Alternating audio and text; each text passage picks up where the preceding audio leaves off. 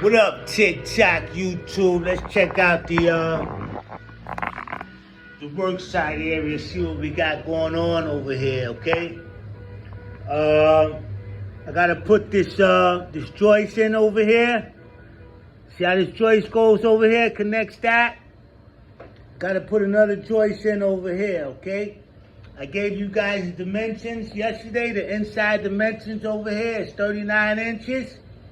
So half of that is 19 and a half on center. That's where this joist is at. So again, this is 39 inches. I got it divided up into 3. It's 13 inches from here to here, from here to here, from here to here, okay? That's the situation with that. Okay, we get another 45-degree angle right here. Okay, so I got that laid out over there for that. What else we got? All of this is 7.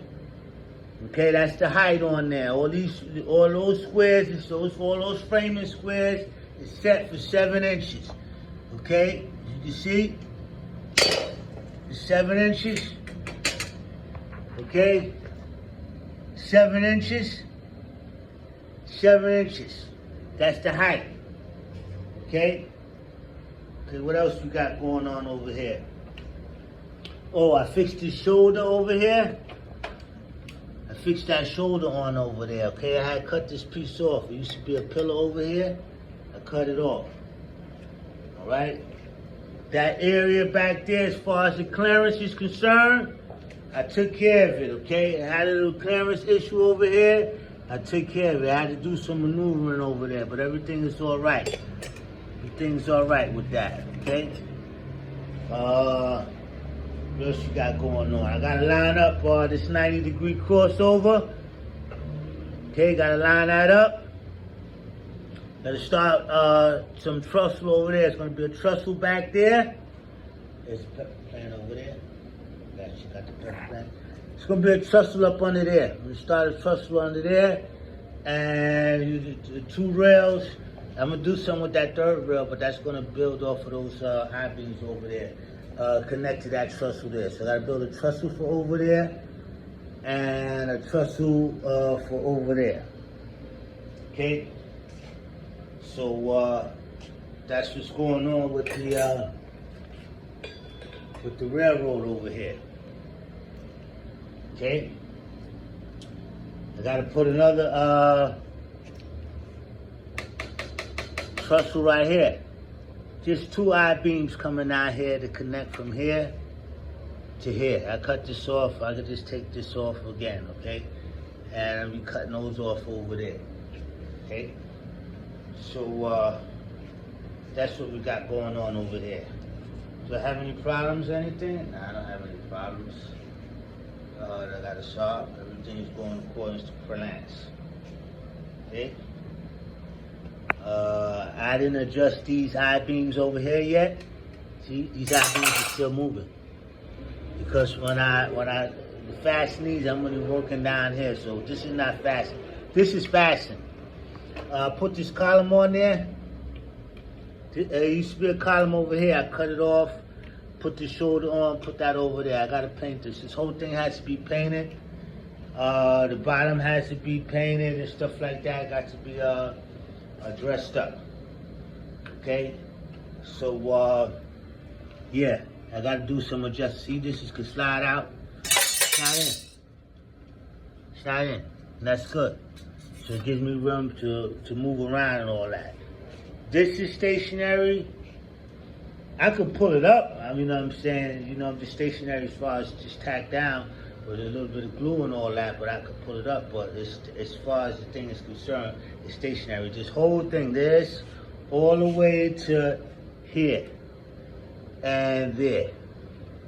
These rails right here, none of this stuff that I built out of scrap was tacked down. It's just some of it is tacked down, some of it is fastened. I just got it so the train, you know, could have run on the situation there. Okay? I got this cat maybe like around 3 weeks ago. I'm not into having mammals living in close vicinity with cats and dogs and stuff like that, but I did have a mice problem. Okay, and I hired this guy. I borrowed this guy next door, and he's been with me for a little while, man. You know, I put a little tree over there. He climbs up on the tree. You know, we're gonna get a video of him climbing up on that tree over there. Okay, the tree branch and all that. Her name is Jaguar. She knows how to swim and she knows how to climb. Okay, that's the name of the cat. All right. So yeah, that's what we got going on over here with this railroad. Okay. So we got going on. Okay. So stay tuned. So be some more book building. I got the square in my hand. I got to cut out some more pieces for the other side. The pieces not just cut out for the other side, so I really even came and start building. I got the wood and stuff like that to do it, but everything got to be cut out. That I designed the pieces. I designed these pieces, right? The I-beams on. I designed them, and I constructed them. Assemble them and everything, okay? Everything. I didn't have to buy anything from anybody, okay? This is my design. This is my design for the Trestle Model Railroad, okay? This is my design right here, okay? All this is my design, okay? If I want any of these I-beams, I gotta make them myself. I'll show you guys how to make these I-beams, because I'm gonna be making some more of these bad boys, okay? I'm gonna be making some more of these bad boys, and it's not all that complicated. I don't even have the wood out. It's something like this here, but this is not screwed up. Sometimes I get away with using this as a middle piece, but I gotta cut some more boards out so I can start on the other side. As far as the wood is concerned, I got plenty of wood. The wood is not concerned. I have built a bench inside that closet, and I could take that thing apart. I got more 2x4. It doesn't take a lot of 2x4 to do what I'm doing. It's just that cutting these stuff out. Okay, now this board right here, let's take a look at this piece right here. Okay, let's take a look at this piece. I could extend this. I like this piece right here. I cut it short a couple of times, but I just kept repairing it. And that's good. With this design, you could always repair. You could always extend the rail. You see how I extend this here with a lap on there? If I wanted to extend this I-beam, all I have to do is just stagger this, and I could add on. I could use this piece. This piece could never be broke, actually. I could always repair this piece. And that's the beauty of the design that I got working with these I-beams. And something else I want to tell you about the dimensions of the 2x4, right? See, 2x4, right? That's 24. I made a video, you guys, explaining to you guys about the number 24, okay? We start with dealing with a building, okay? So it's 2x4. And it's easy. I always keep this dimension, 1.5, okay? This is dimension right here. Where's my tape measure? So I always have one in my back pocket. Tape measures all over the place. Okay, let me explain something to you.